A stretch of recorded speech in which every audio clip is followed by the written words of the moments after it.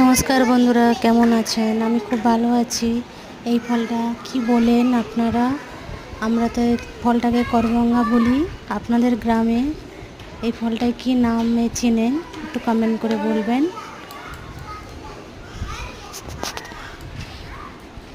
এই ফলটা কেটে নুন, লঙ্কা, তেল মাখিয়ে রোদে শুকিয়ে একটু শুকিয়ে যাবে, তারপরে জলটা যে বেরোবে ও খেতে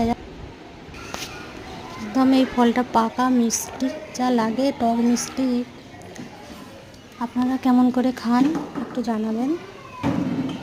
ফলটা খেতে খুব ভালো, আর খেলে খুবই ভালো, শরীরের পক্ষে খুব উপকারিত একটা জিনিস।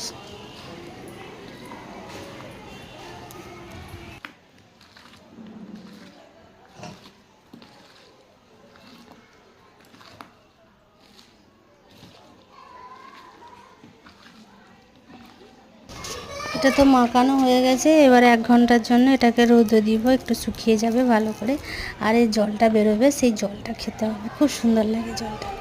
চলুন বাই, সবাই ভালো থাকুন, সুস্থ থাকুন, বাই, আবার দেখা হবে পরের একটা ভিডিওতে।